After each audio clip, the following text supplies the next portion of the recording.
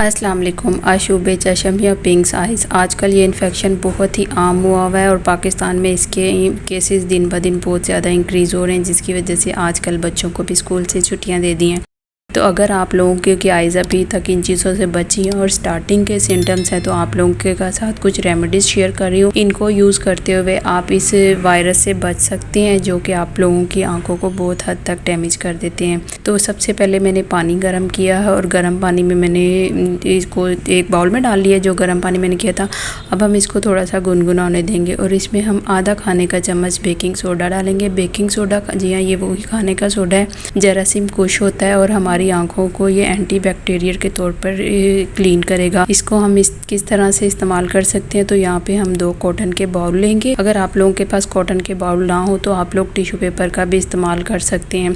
तो इसको हम इस तरह से इस पानी में डुबोएंगे और अपनी आंखों के इर्द गिर्द इस तरह से इसकी टिकोर करेंगे, जिसकी वजह से हमारी आंखों में अर्ली स्टेजेस पे जो उसके सिम्टम्स हैं, आंखों से पानी आना, आंखों में रगड़ होना, जलन महसूस होना, वो काफ़ी हद तक कम हो जाएंगे और इंशाल्लाह हमारी आइज़ को किसी भी तरह का कोई भी इन्फेक्शन नहीं होगा। और एक बाउल को इस्तेमाल करने के बाद आपने उस बाउल को दोबारा इस्तेमाल नहीं करना, दूसरी आंख पे आपने दूसरा कॉटन बाउल लेना है।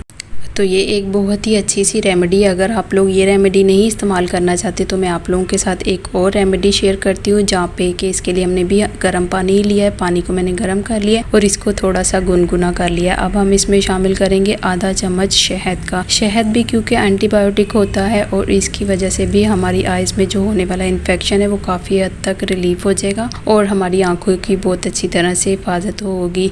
मैं और मेरी बेटी तो इसका शिकार हो चुके हैं, लेकिन मेरे बेटे मैंने किस तरह से इसे इन्फेक्शन से बचाया वही रेमेडीज़ मैं आप लोगों के साथ शेयर कर रही हूँ।